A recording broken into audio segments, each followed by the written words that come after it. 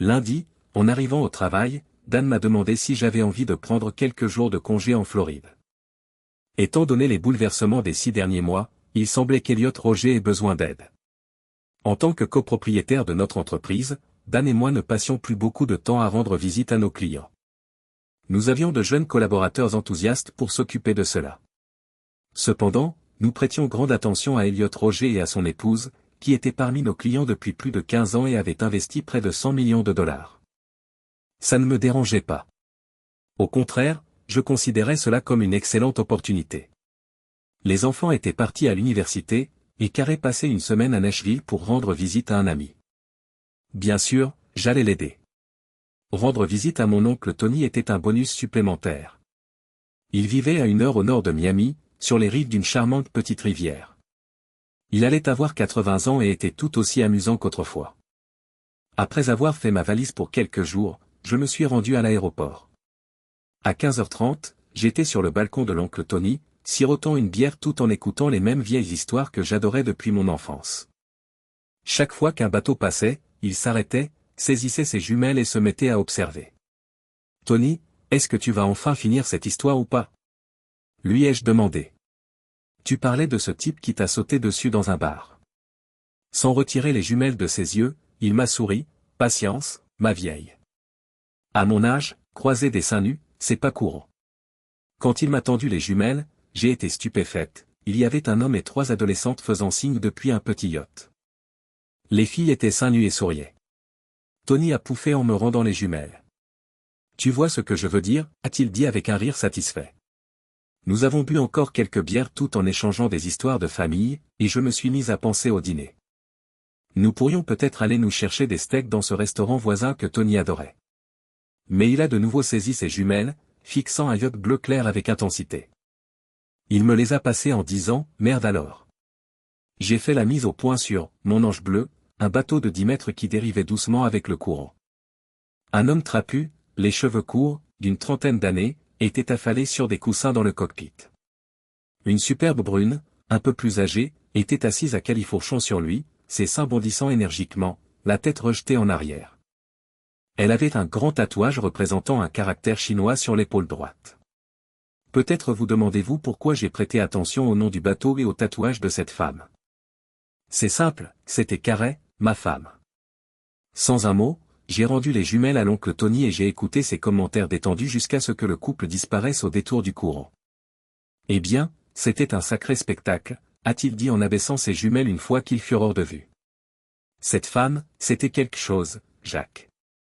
Mais de temps en temps, je vois des couples comme ça s'ébattre. Je lui ai souri, pensant que, si j'avais 20 ans de moins, j'en aurais peut-être 50. Bien que furieuse, je suis restée silencieuse. Après notre dîner au steak, j'ai raccompagné Tony chez lui, et à 21h30, je me suis retrouvé seul dans ma chambre d'hôtel, plongé dans mes pensées. Contre toute attente, je ne me sentais pas désemparé. J'étais marié à Carey depuis une 12aine d'années. Elle était une excellente belle-mère pour mes 2 enfants. Ma première femme, une femme formidable, était décédée tragiquement dans un accident ferroviaire. Je savais que Carey m'aimait, et je l'aimais et l'appréciais également. Pourtant, le fait qu'elle ait une relation extra-conjugale ne m'a pas surprise. Carey n'avait jamais été du genre à se fixer. Elle détestait rester trop longtemps au même endroit. Tout au long de notre mariage, elle avait occupé 5 emplois différents, avait des centres d'intérêt très variés du tricot à la danse country, en passant par l'équitation et ne pouvait simplement pas rester en place. Nous avions une vie intime satisfaisante. Elle partageait mon enthousiasme pour notre relation physique. De temps en temps, elle m'entraînait sans hésiter vers la chambre à coucher. Elle pouvait être très passionnée à certains moments, tandis qu'à d'autres, nous apprécions la douceur et la routine tendre de la vie conjugale. Être à califourchon sur moi, comme elle l'était avec cet homme sur le bateau, était en fait une de ses positions préférées. Sa tendance à l'exhibitionnisme n'était pas non plus surprenante. Carey m'avait déjà plusieurs fois proposé d'expérimenter l'intimité en public. Nous l'avions essayé une fois sur la banquette arrière de ma voiture et une autre fois sur un banc public, mais j'avais finalement abandonné. Je ne voulais surtout pas que mon nom figure dans les journaux. Pour être honnête, je n'étais pas particulièrement contrarié. Bien que je fusse furieux et blessé, je ne pensais pas que mon mariage était terminé.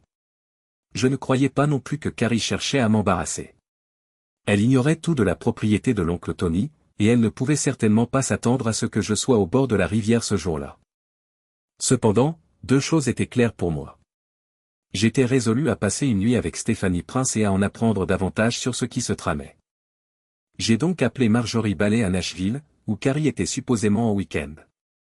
Elle semblait surprise et légèrement nerveuse en entendant ma voix. « Désolé de vous déranger, Marjorie, mais je n'arrive pas à joindre Carrie sur son téléphone. Pourrais-tu me la passer une minute, lui ai-je demandé.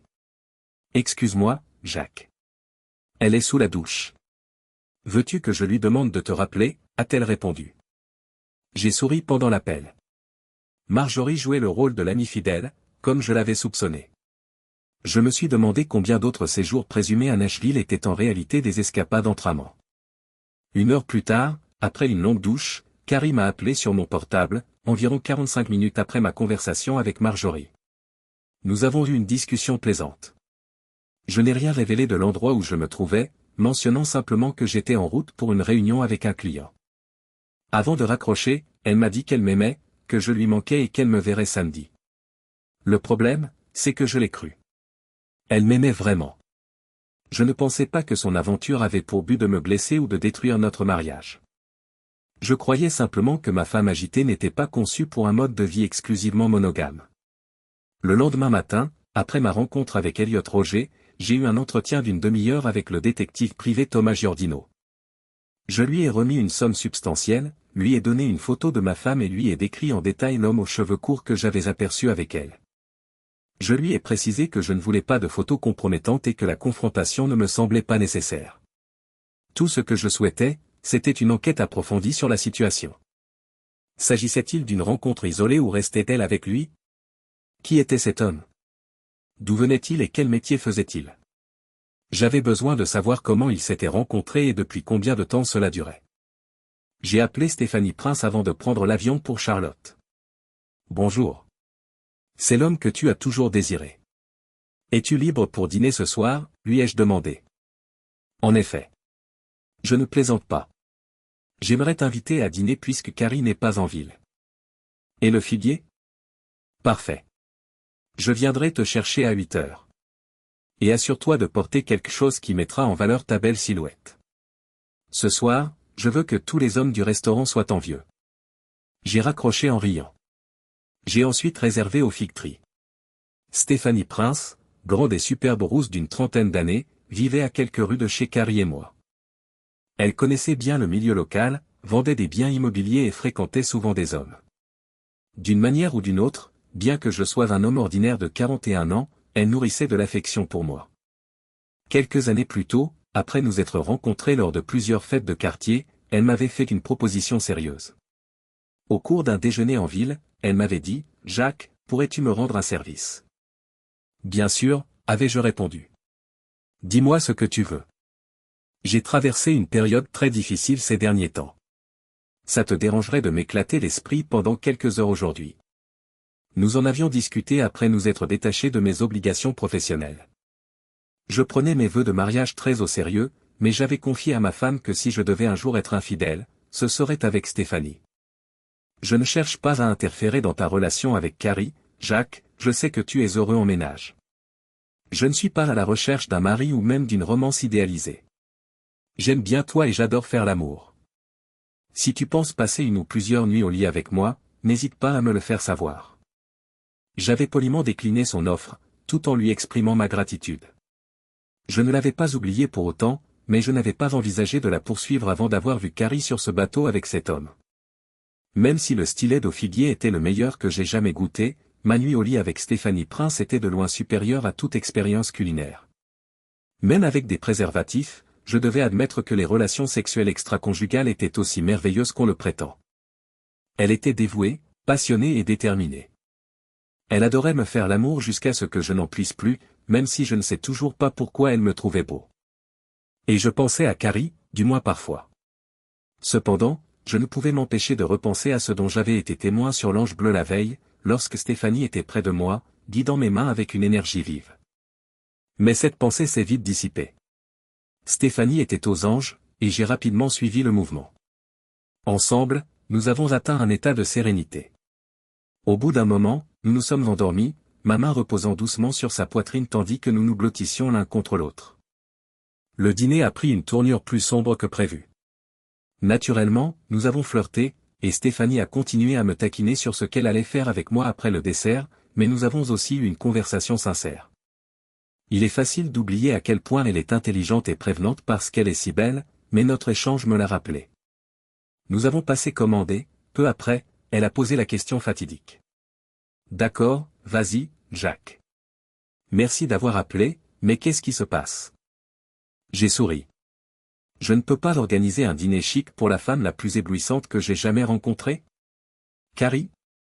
Qu'est-ce que tu veux dire par là? Oui, elle est aussi jolie, mais en disant cela, Stéphanie a souri et m'a donné une tape amusée sur la main. Très drôle. Que se passe-t-il vraiment? Depuis que je me suis intéressé à toi il y a quelques années, tu m'évites. Alors, pourquoi maintenant? Je lui ai fait part de mes réflexions et de mes sentiments sur ce que j'avais vu en Floride. C'est terrible, a-t-elle remarqué. Je suis désolé, Jacques. Je comprenais qu'elle était sincère. Nous avons parlé mariage, infidélité et confiance pendant la majeure partie de notre dîner. Stéphanie avait divorcé 2 fois. Elle avait presque abandonné l'idée du mariage après avoir été trahie 2 fois par des hommes séduisants. Pourtant, elle restait sincèrement compatissante. Alors, qu'est-ce que tu vas faire, m'a-t-elle demandé en savourant son café. J'ai souri. Je vais bientôt te ramener chez toi, et j'espère que tu me laisseras entrer. Elle m'a donné un demi-sourire et a passé son pied sous la table pour effleurer légèrement ma jambe. Eh bien, je ne sais pas encore ce qui s'est passé ensuite. Je pense que Carrie et moi pouvons surmonter cette épreuve. Peut-être. J'ai quelqu'un qui enquête sur ses aventures, et j'ai besoin de savoir si c'est sérieux. Mais tu sais quoi? Je pense qu'on devrait oublier Carrie. J'ai fait signe pour l'addition. 5 minutes plus tard, nous marchions main dans la main vers la voiture. 20 minutes plus tard, nous profitions du canapé, et peu après, nous étions dans la chambre de Stéphanie, nue. Le sourire que j'ai gardé de cette incroyable nuit avec Stéphanie est revenu à plusieurs reprises les jours suivants, mêlé à des réflexions mélancoliques sur Carrie et l'avenir de notre mariage. Quelqu'un a dû remarquer mon état, car Dan est entré dans mon bureau jeudi, a fermé la porte et m'a demandé « Qu'est-ce qui se passe ?» J'ai soupiré et je lui ai raconté l'histoire. « Comment réagiras-tu » m'a-t-il demandé. J'ai répondu « Demande-moi ça la semaine prochaine. » Ce que Carrie dira et ce que le détective privé découvrira dicteront la suite des événements. Nous verrons bien, elle revient samedi soir. Stéphanie et moi avons passé la nuit de jeudi à vendredi ensemble, et ce fut tout aussi passionné que notre première rencontre. Quand nous ne faisions pas l'amour ou ne profitions pas simplement de la compagnie l'un de l'autre, nous avons commandé des plats chinois et mangé au lit. Vous savez quoi? Vers minuit, alors que nous regardions l'éterrement en somnolent, je lui ai dit. Je m'amuse énormément. Tu trouves ça surprenant? Tu es un imbécile, a-t-elle gloussé. Non, ce que je veux dire. Les jeux embrassés. Le sexe avec toi est tout simplement incroyable. Je suis sincère, Stéphanie. Tu es une amante merveilleuse. Cependant, je suis tellement excité par toi que je n'ai pas immédiatement remarqué à quel point je m'amusais lorsque nous ne faisions pas l'amour. Je riais, je bavardais et je te regardais dégouliner de poulet kung pao sur ses magnifiques seins. J'ai savouré son frisson lorsque je me suis penché pour lécher une trace. Tu es tellement génial que personne ne t'a encore prise comme il faut. Honnêtement, tu mérites mieux que, enfin, mieux que moi. Après avoir éteint la télévision, elle m'a embrassé. Ne te sous-estime pas, Jacques. J'ai passé un excellent moment, moi aussi, et tu es charmant. Tu sous-estimes ton pouvoir de séduction. Les femmes feront la queue pour te remonter le moral si Carrie ne se remet pas de son mauvais comportement. Toi aussi, ai-je demandé. Elle a détourné la tête. Je ne suis pas sûr. Je me suis fait à l'idée que je ne suis pas du genre à m'installer, mais disons que je ne suis pas sûr, et arrêtons-nous là. Comme nous avons tous les deux réalisé que les choses étaient devenues très sérieuses, nous avons décidé d'en rester là. Nous nous sommes embrassés et serrés dans nos bras un peu plus longtemps avant de nous endormir. Stéphanie était heureuse et enjouée le matin. Nous avons plaisanté au petit déjeuner, pris une douche ensemble, puis nous nous sommes quittés. Le vendredi après-midi, j'ai reçu un courriel de Thomas Giordino, le détective privé en Floride. Voici les premières conclusions. Après avoir lu et examiné les documents joints, veuillez m'appeler au bureau. Je serai là jusqu'à 18 heures. Après avoir lu le rapport et examiné une demi-douzaine de photos, j'ai appelé Giordino et j'ai parlé avec lui pendant près de 20 minutes.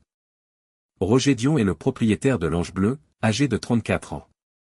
Selon ses voisins, c'était un séducteur invétéré et le vice-président des ventes d'une entreprise de fourniture médicale. Sa maison était presque toujours remplie de femmes, qui gémissaient et criaient dans sa chambre, prenaient le soleil sur la terrasse ou nageaient dans la piscine. Les fans ne restaient cependant jamais très longtemps. Il semble que Dion ait préféré la variété à la monogamie. Il y avait plusieurs photos de Carey et Dion ensemble parmi celles fournies par le détective privé, dont une où il mangeait à une table à l'arrière de la maison, une autre où il sortait d'une BMW dans son allée, et une autre où ils étaient allongés au bord de la piscine. Il était évident qu'elle séjournait chez lui, mais aucune des photos ne montrait de comportement explicite. Auparavant, aucun membre du cercle de Dion ne se souvenait avoir vu Carey, mais quelques-uns l'ont reconnu grâce à la photo que j'ai envoyée. Quelle conclusion pouvais-je tirer? Premièrement, Dion ne semblait être qu'une relation récente ou de courte durée pour Carey. Étant donné que Carey travaillait dans le service des achats d'un hôpital à Charlotte et était régulièrement en contact avec des entreprises de fourniture médicale et leurs dirigeants, il semble probable qu'ils se soient rencontrés au travail. Dion ne semblait pas être un mari potentiel, mais il n'était pas clair si elle avait l'intention de continuer à le fréquenter après cette semaine. Le vieux Roger était probablement le dernier d'une série de liaisons plutôt qu'un événement isolé, car Carey allait voir son amie Marjorie environ une fois par an depuis plusieurs années. Elle était manifestement très prudente dans ses aventures, car sans les jumelles de l'oncle Tony, je n'aurais jamais su ce qu'elle faisait. Il ne me restait plus beaucoup de questions à poser. Il me restait une seule grande question. Comment devais-je réagir à tout cela? Tu m'as manqué, ma chérie. Carey m'a serré fort dans ses bras et m'a embrassé rapidement. Elle m'a tenu la main pendant que nous nous dirigions vers le parking de l'aéroport, après que je lui ai rendu son baiser et pris sa valise.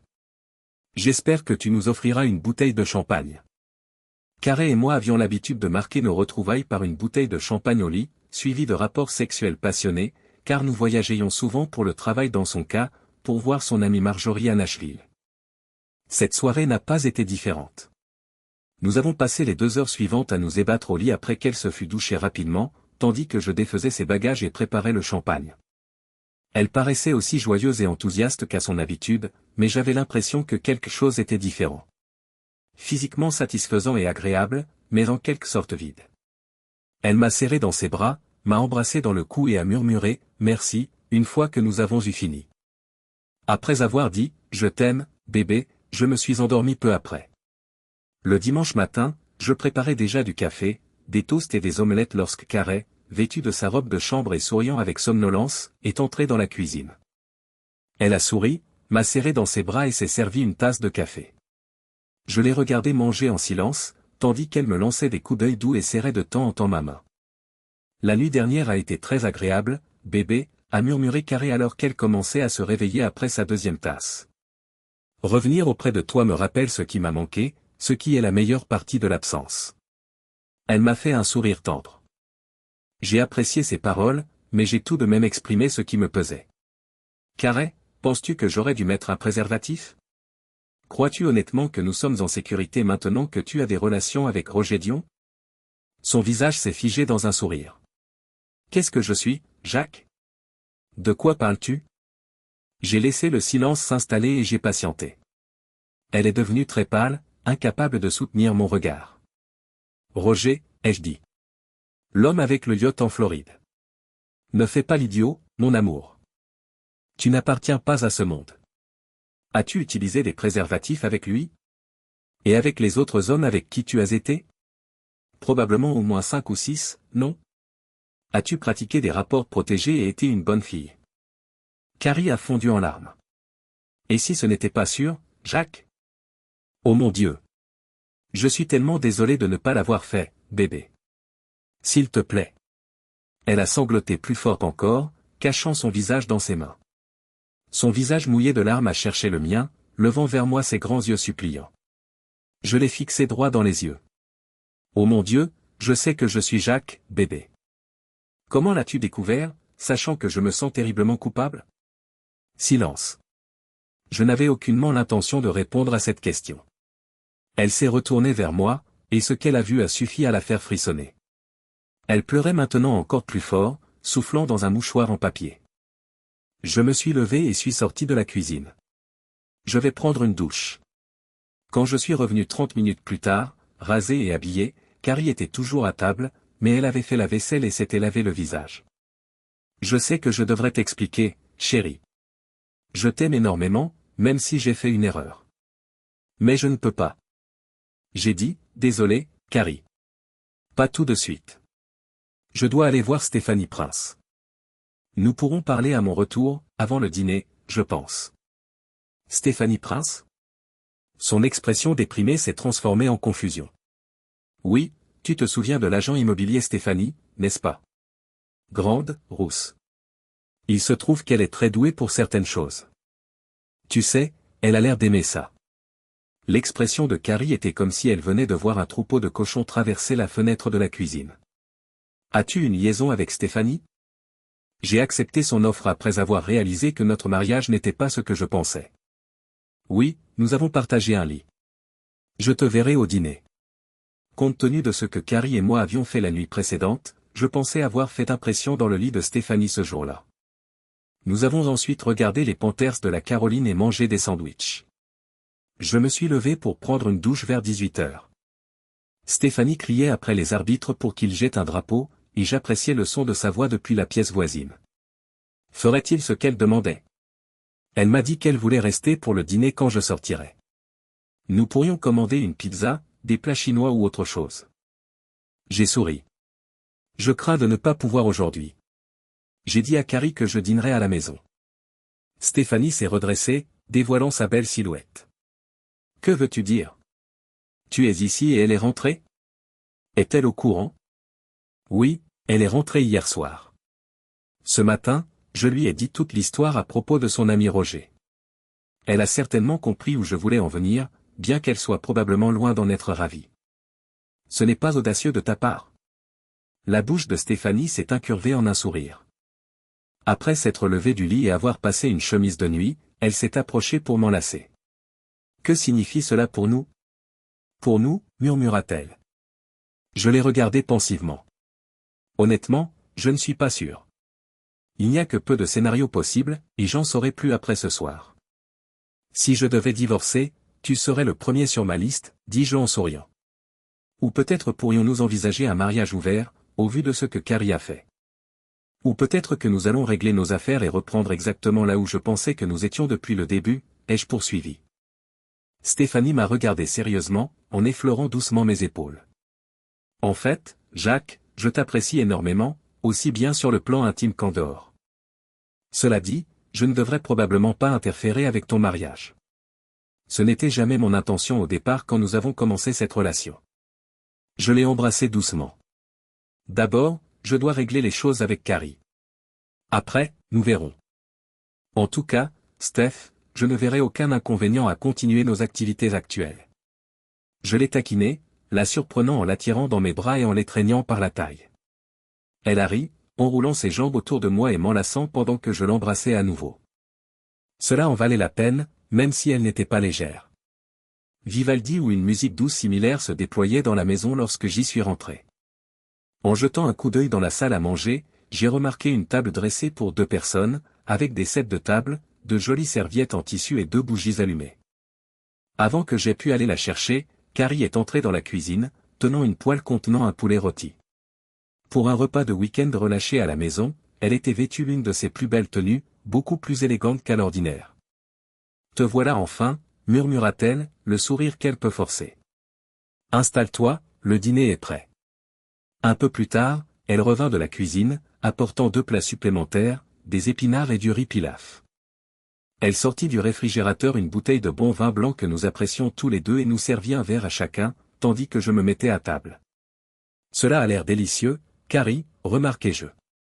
Nous dînâmes dans un silence relatif, dégustant notre vin avec quelques échanges anodins des nouvelles des enfants, des événements au travail. Il y avait trop de sujets à éviter et trop de choses demeuraient inexprimées. L'atmosphère était tendue, et elle ne semblait manifestement pas apprécier ce moment autant que moi. Lorsqu'elle débarrassa la table pour apporter une magnifique tarte aux pommes, j'en avais plus qu'assez. Toute la journée en réalité, toute la semaine, mon esprit s'était emballé. Y avait-il une chance que je puisse sauver mon mariage? Le voulais-je seulement? Serait-il envisageable que je reprenne une nouvelle vie en solitaire? Y avait-il un avenir avec Stéphanie? Je me suis rendu compte que, pour l'heure, tout dépendait de l'histoire de Carrie, de ses mots et de la façon dont elle les prononcerait. Allez, Carrie, commençons. Par où commencer? Devons-nous parler de ta semaine avec Roger Dion ou de ma journée avec Stéphanie? Qui a eu le plus de relations intimes? Combien d'autres personnes as-tu fréquenté amitié avec avantage, amante, ou autre chose encore? Notre mariage sera-t-il ouvert ou fermé? Mes questions la surprirent. Son visage devint pâle, sa bouche légèrement ouverte, puis elle se mit à sangloter doucement. Jacques, je suis une horrible personne, chuchota-t-elle, des larmes coulant silencieusement sur la table. Je suis une menteuse, une adultérine, une cupide et immature. Elle croisa mon regard. Je n'avais jamais. Lors de sa visite chez Margie, elle a dragué un homme dans un bar et a passé la nuit dans sa chambre d'hôtel. Cet homme d'affaires de Los Angeles était marié. Carrie a déclaré qu'elle avait moins peur après cela, mais elle regrettait son geste. Elle n'était plus aussi effrayée, et elle s'est jurée de ne plus jamais recommencer. Roger Dion était le troisième homme, et cela s'est passé exactement comme je l'avais redouté. Après avoir flirté et travaillé ensemble à Charlotte, elle l'a laissé continuer à la courtiser à la place de lui dire d'arrêter. Elle a accepté après plusieurs mois de baisers et de déjeuners romantiques, mais elle lui a fait comprendre qu'ils ne se rencontreraient jamais à Charlotte. Finalement, il lui a proposé de le rejoindre en Floride. Elle est allée voir Margie à Nashville un samedi pour leur dernière visite, puis a voyagé jusqu'à Miami où elle a passé 4 jours avec Roger avant de retourner à Nashville pour finir la semaine. Elle ne voulait pas que je découvre qu'elle était directement revenue de Miami. Je l'ai cru lorsque, sous serment, elle m'a dit qu'elle ne voulait plus jamais le revoir. Selon Carrie, leur rencontre avait quelque chose de banal, et rien dans son récit ne trahissait une quelconque romance. Ce n'était pas révolutionnaire, juste une sorte d'excitation, un nouveau coup d'épingle à une aventure. Elle avait l'air épuisée lorsqu'elle s'est affaissée dans son fauteuil après m'avoir raconté son histoire. J'ai été surpris de voir que j'avais déjà décidé de ce que je voulais. Très bien, ai-je dit. Maintenant, c'est à votre tour d'écouter. Je vous montre du doigt, et vous répondez, oui, Jacques. À défaut, restez silencieuse, s'il vous plaît. D'accord, Carrie? J'ai fait un geste vers elle. Avec un hochement de tête terrifié, elle a finalement répondu, oui, Jacques. Je chéris notre mariage et je t'aime, mais je te déteste pour ce que tu as fait. Lorsque je pense à ton visage le jour où tu partiras, une partie de moi veut te prendre par le cou et t'étrangler lentement. Tu as trahi notre mariage, tu m'as trahi. Tu as trahi ma foi en toi, notre amour, et tous les efforts que nous avons consentis pour bâtir un mariage solide. Tu devrais vraiment avoir honte de toi. Vous êtes d'accord, n'est-ce pas? Elle a répondu immédiatement lorsque j'ai fait un geste vers elle. En effet, Jacques. Avec un hochement de tête appuyé, j'ai presque souri. J'ai précisé que j'avais déjà écarté l'une des 3 options possibles. Je me suis levé et j'ai commencé à faire les 100 pas en observant son expression. Premièrement, nous pourrions divorcer. C'est propre, facile et direct. C'est fini, et tu es libre de partir, d'ouvrir les bras à qui tu veux. Tu as le contrôle absolu sur le degré d'insouciance, d'égocentrisme ou de négligence que tu souhaites adopter. Alors, ne mens pas et ne blesse personne. Deuxièmement, nous pourrions choisir un mariage ouvert. Nos vœux, après tout, sont oppressants et dépassés, n'est-ce pas? Tu peux coucher avec qui tu veux, que ce soit Stéphanie Prince ou une autre, et moi de même. En plus, nous pouvons occasionnellement coucher ensemble si tel est notre désir. Mais à mon avis, cette option ne fonctionne pas. Elle manque d'affection, de confiance et d'authenticité. Je ne resterai pas mariée si ce n'est pas le type de mariage me rend heureuse. Le troisième choix, c'est donc celui-ci, nous restons mariés. Nous convenons que les mots, renoncer à tous les autres, que nous avons échangés 12 ans plus tôt, ont encore du sens pour nous. J'ai choisi cette option, même après que tu les as ignorés et que tu as passé plusieurs nuits avec Stéphanie. Malgré son expression terrifiée, elle a immédiatement réagi. Je t'avais dit de ne pas parler, n'est-ce pas, ai-je rétorqué. En effet, Jacques. Tu as raison. Je ne dirai plus rien. Si j'ai le choix, je choisis le troisième, a-t-elle insisté. Je vote pour le troisième, mais tu n'as pas précisé si tu voulais que j'exprime mes pensées. Très bien, ai-je dit. Je me sentais satisfait, mais je l'ai gardé pour moi. Maintenant, arrête de parler, s'il te plaît. Mon vote est le seul qui compte. Vous comprenez? Oui, Jacques, a-t-elle répondu. En effet, Jacques. Un petit sourire est apparu sur son visage, et je suppose que j'en affichais également un. Le choix numéro 3 implique beaucoup de travail et de règlements à effectuer. Pour connaître les maladies sexuellement transmissibles qu'il pourrait avoir transmises, tu feras un test, et je pense que j'en ferai également un. Même si tu prétends avoir utilisé des préservatifs avec Stéphanie, je ne prendrai aucun risque. Tu commenceras également une thérapie conjugale et verras un thérapeute. Pour être honnête, je pense que la première mesure est la plus importante. Ce n'est pas notre problème, à mon avis. C'est ton problème. Cependant, je ne doute pas que le conseiller améliorera notre communication, ne serait-ce que pour me faire savoir quand je dois intervenir avant que tu ne fasses à nouveau quelque chose de stupide. Garde tes jambes serrées après ça. Tu as bien compris? Oui, Jacques, dit-elle lorsque je lui fis signe. Malgré les larmes qui coulaient sur son visage, elle esquissa un sourire. N'oublie pas que tu n'as qu'un seul partenaire avec qui flirter, embrasser, toucher et faire l'amour, moi. Toujours. Et c'est moi. Nous reviendrons à la première option si tu ne l'aimes pas ou si tu la trouves trop restrictive. Le sourire disparut lorsque je me tournai vers elle. En effet, Jacques. Oui, je comprends. Sans aucun doute, murmurai-je, continuant à faire les 100 pas et à réfléchir. Il y aura peut-être d'autres choses à faire au fur et à mesure, des idées qui viendront plus tard ou des suggestions du conseiller conjugal. Pour l'instant, il reste 2 questions à traiter. Nashville est le premier point. Tu n'y retourneras jamais. Carrie ouvrit la bouche, puis la referma lorsque sa tête tressaillit. Puis elle répondit, oui, Jacques, en hochant la tête. Nous allons t'empêcher de ruiner notre mariage en utilisant ta petite amie Margie comme point de mire. Tu peux l'inviter ici si tu veux la voir. Je pourrais même lui permettre de passer une nuit ou 2 dans la chambre d'amis après lui avoir dit ce que je pensais. Tu comprends? En effet, Jacques. Je ne l'avais même pas regardé lorsqu'elle l'avait dit. Je m'excusais aussi. S'agissant de Margie et tout le reste, tu as entièrement raison. Dernier point, je continuerai à voir Stéphanie de temps en temps, que ce soit pour du sexe, un dîner ou autre chose. Parle jusqu'à ce que l'un de nous décide que trop, c'est trop. Je fis un geste vers elle. En effet, Jacques. Ses yeux se remplirent à nouveau de larmes et son visage devint pâle. Ce n'est pas très agréable, n'est-ce pas? M'imaginer avec elle? Ses longues jambes et ce corps magnifique enlacé au mien. Nous nous embrassons ou nous engageons dans quelque chose de plus intime? Peut-être simplement allongés là, à échanger des mots doux l'un avec l'autre? Non, Jacques, ce n'est pas agréable. C'est douloureux. Je comprends pourquoi tu en parles, et tu as raison, ça fait très mal. Certainement, Jacques, répondis-je. Elle soutint mon regard, les larmes coulant sur son visage. Et je m'excuse sincèrement de t'avoir autant fait souffrir et d'avoir été un imbécile aussi égocentrique. Je m'approchai d'elle et la pris dans mes bras alors qu'elle reprenait à pleurer. Je suis encore bouleversé, mais j'apprécie la douceur et la chaleur qu'elle dégage.